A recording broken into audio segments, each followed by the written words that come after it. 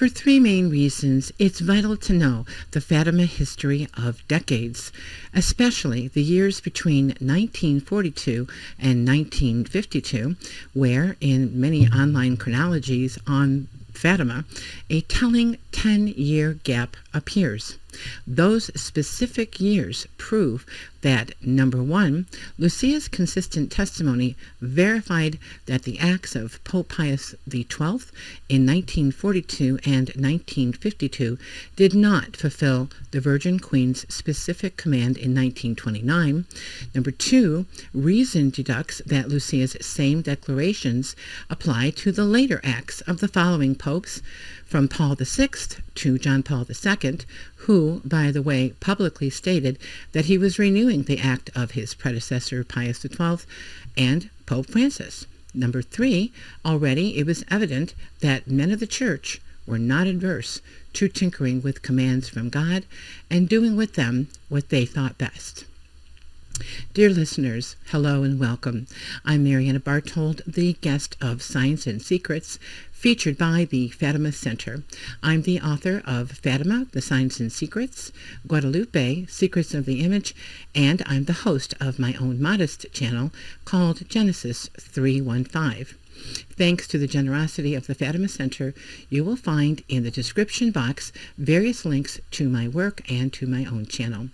If you're new to this series on the collegial consecration of Russia to the Immaculate Heart of Mary, or if you need a refresher, please see my previous Signs and Secrets episodes, specifically number 8, entitled Proof the Consecration Was Never Done, and number 9, entitled More Proof the Consecration Was Never Done. By the way, episode 10, entitled Sister Lucia, Must Be Russia Alone, was within the series A Special Broadcast, which, if you've not already seen it, is another one you may not want to miss. Today I shall address 3 papal acts in regard to the commanded consecration of Russia to the Immaculate Heart of Mary, thus continuing with my highly researched and documented Fatima chronology. Those years will cover the early 1940s to the almost late 1960s. Now, kindly keep in mind that in this series, I'm only discussing the commanded collegial consecration, but I am extracting the information from my written and soon-to-be-published timeline, which also contains all of the historical facts on the Third Secret and the absolute necessity of the papal promulgation of the 5 first Saturdays of reparation. So, let's begin.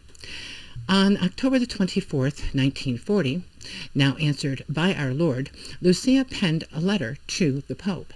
Ever prudent and mindful of the obedience due to her immediate superiors, she also wrote to quite a few of them and sent copies of the commands that she had received from the bishop, one of the bishops, and one of her confessors to change the object of the consecration from Russia, and Russia alone, and replace it with the word world with a special mention of Russia.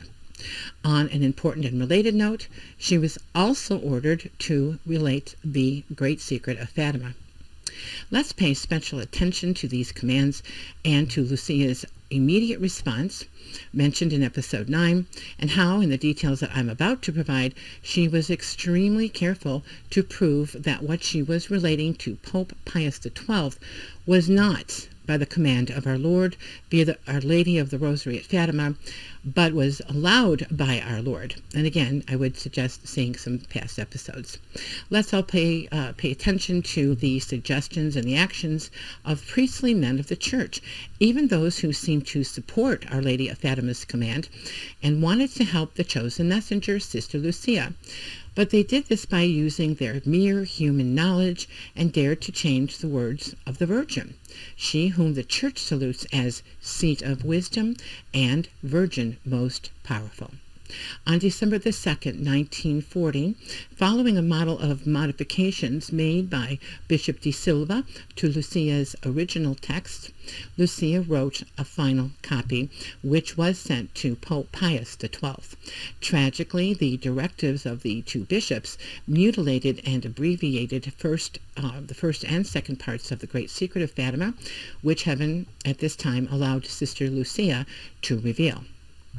On December the 16th, 1940, in another letter to one of her confessors, Father Aparicio, Lucia aptly summed up all that had occurred with the letter that she was commanded to write the Pope. Quote, I have been ordered to write a letter to His Holiness Pius XII explaining Our Lady's request on the consecration of the world and Russia to her Immaculate Heart. I obeyed on October 24th, 1940. I have been ordered to write a second letter with some small modifications. I wrote it on December the 2nd, 1940. In the same letter, His Grace the Bishop, and this is a reference to the Bishop of Liera, ordered me, etc., etc., unquote. And in another place, Lucia presented her second copy as the final copy of the bishop's draft, referring to Bishop de Silva, offering further proof that what was sent to Pius XII was not her original text. Then on the evening of October the 31st, 1942, for the closing of the Jubilee of the Fatima apparitions, in Portugal, the people gathered to hear a radio message from the Supreme Pontiff. In it, Pope Pius XII, alone, without the participation of all of the world's Catholic bishops, consecrated to the Immaculate Heart, quote, the Church and the whole world, unquote. Neither Russia nor the 5 first Saturdays of reparatory devotion were explicitly mentioned or even referenced, and these are 2 necessary conditions, as you will discover in Episode 9 of Signs and Secrets. The pertinent part of this radio address is as follows, quote, to your Immaculate Heart, in this tragic hour of human history, we confide, we consecrate, we deliver not only Holy Church, the mystical body of your Jesus, which bleeds and suffers in so many parts and is in so much tribulation, but also the whole world, torn by mortal discord, burning in the fires of hate, victim of its own iniquity, unquote. In November of 1942, Sister Lucia wrote to Bishop Ferreira, he who had been her spokesman with the Portuguese bishops, saying, quote, with anguish I await His Holiness's order to the bishops, and then the grace of peace for the poor world, unquote. On February 28, 1943, since then, as now, certain people, inflamed by too facile an enthusiasm, were already announcing Russia's imminent conversion, Sister Lucia reminded Bishop Ferreira in a letter that the 1942 act of Pius XII is incomplete and that the conversion of Russia is not for now. In fact, her exact words were as follows, quote, the good Lord has already shown me His contentment with the act, although incomplete according to His desire, performed by the Holy Father and several bishops. He promises in return to end the war soon. The conversion of Russia is not for now, unquote. At this point, it's important to mention what I first wrote back in 2008, which was published in a traditional Catholic paper, and which I later repeated in my book, Fatima, The Signs and Secrets.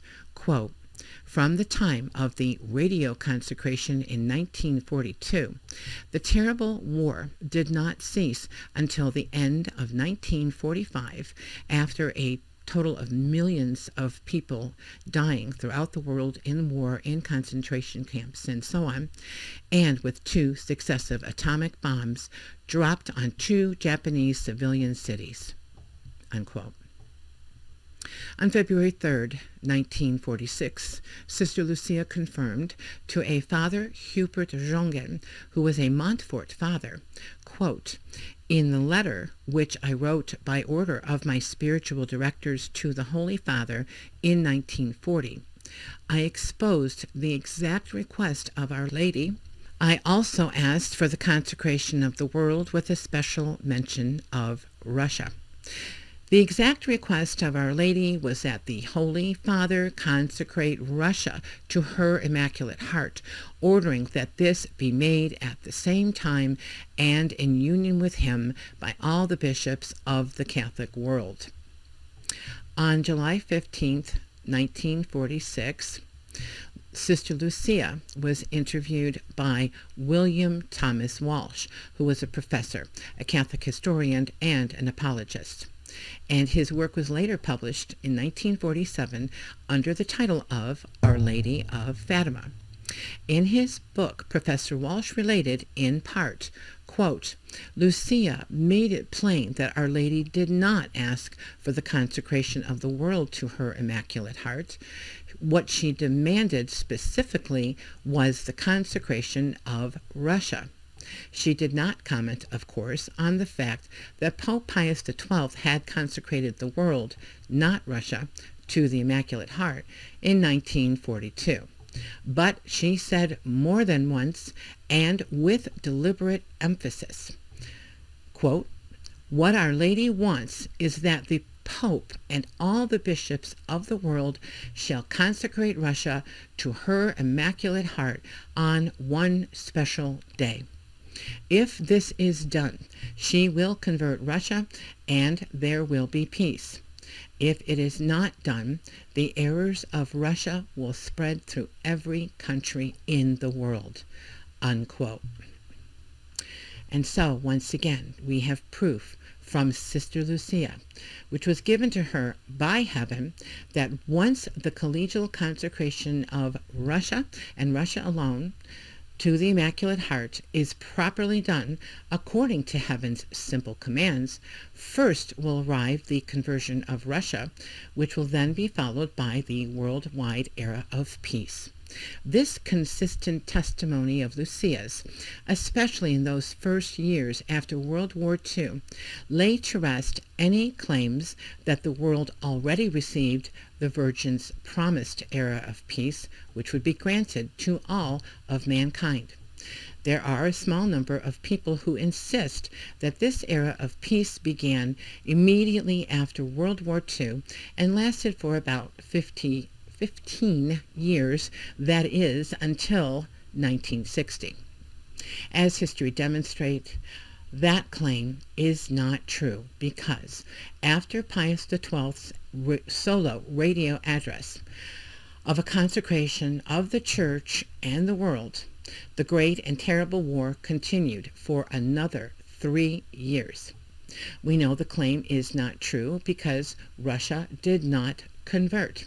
And we know the claim isn't true because there was no worldwide order of peace given by God, which would mean all of mankind would be at peace with God, all of mankind would experience peace within themselves, and all of mankind would know peace with others. On March 25th, 1948, with the intercession of Pope Pius XII, Sister Lucia was transferred from the Dorotheans to the Carmel of Coimbra. On October the 14th, 1951, the day after a pilgrimage to Fatima, the rector of the Rusicum, a Father Wetter, who was a Jesuit, came to the Carmel of Coimbra, accompanied by Bishop Melitev, a converted Russian bishop, and a seminarian, Pavel Blitzenov. During the audience, Sister Lucia asked Father Wetter, quote, "Are you able to pass on to the Holy Father the message that what Our Lady of Fatima requested has not yet been done?" Unquote. Father Wetter answered her yes. A witness living at the Rusicum affirmed that Father Wetter kept his word. On December the 15th, 1951, in a letter to a friend, Sister Lucia wrote, quote, "Our Lady's request concerning Russia has not been done. According to what, name redacted, told me, the bishops of Russia sent a petition to the Holy Father, asking for the consecration of Russia to the Immaculate Heart of Mary, such as Our Lady requested. May God grant that this actually is true and that everything comes to pass, but it is a little late. patience, unquote. In May of 1952, Our Lady appeared to Sister Lucia, saying, quote, "Make it known to the Holy Father that I am always awaiting the consecration of Russia to my Immaculate Heart. Without the consecration, Russia will not be able to convert, nor will the world have peace," unquote. And there is yet another important piece of evidence that the consecration will result with Russia's conversion and a worldwide era of peace. There will not be one without the other. This message, by the way, was received by Pope Pius XII in June of 1952. On July 7th, 1952, the world saw the public release of Pope Pius XII's apostolic letter, Sacro Vergente Anno, which states, quote, "We consecrate, and in a most special manner, we entrust all the peoples of Russia to this Immaculate Heart," unquote. Again, let us note that, number one, an apostolic letter is not a public and solemn act of consecration. Number two, the world's bishops obviously did not take part in this apostolic letter, and there were no public acts in regard to it by the bishops. Three, the object of consecration was the peoples of Russia, rather than simply Russia, and which is a matter Sister Lucia already made clear and would in the future do again. And number four, there was no solemn act of reparation to the Immaculate Heart of Mary, not even the promise of a near future act of papal reparation and promulgation of the 5 first Saturdays devotions.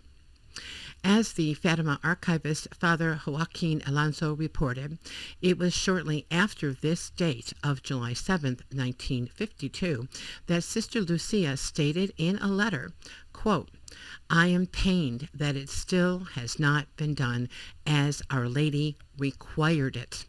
Patience, let us hope that Our Lady will deign to accept it as a good mother," unquote. Now, on that note, we can reason that heaven accepted it as such, meaning that it was accepted for what it was. But what it should be, or is abundantly clear, is that once again, this consecration through an apostolic letter was not the consecration that both our Lord and Our Lady commanded. On November the 21st, 1964, during the closing of Vatican II's third session, Pope Paul's closing remarks only recommended and entrusted to Our Lady many things, from the Church to the Vatican II Council to what he called separated brethren, but he made no mention of Russia. In April of 1965, Father André Richard, founder and editor of the French paper published in Paris, L'Homme Nouveau, and who eventually became vice president of the International Executive Committee of the Blue Army, reported that Pope Paul VI dismissed his direct question of whether or not Russia had been consecrated, and instead the Pope chose to discuss the synthesis of Vatican II. Finally, on May 13, 1967, Pope Paul VI went to Fatima for the 50th anniversary of the apparitions.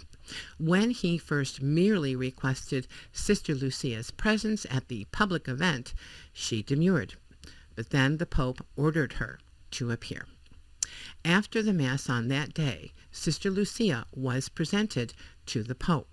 She was seen and photographed as she publicly knelt before him, saying several times to him, "I wish to speak to you alone." But the Pope replied, "You see, it is not the time. If you wish to communicate something to me, tell your bishop. It is he who will then communicate it to me. Be trusting and very obedient to your bishop." The simple faithful, seeing Lucia with the Pope, enthusiastically applauded. But Sister Lucia, rebuffed by the Holy Father, was seen to be weeping. There's more to come, so please join me for the next 2 Wednesdays as I conclude this series on the collegial consecration and will offer continuing proofs that this consecration was never done as commanded by the Mother of God. Once I've completed addressing this most pertinent topic, I will move on to Fatima mysteries, including the question of why the 13th day, as well as Fatima and the Apocalypse, featuring the Star of Esther seen on Our Lady's long white tunic. And so, my friends, until the next time, may God bless you, and may Our Lady Mary keep you and yours under her starry mantle. Salve Regina.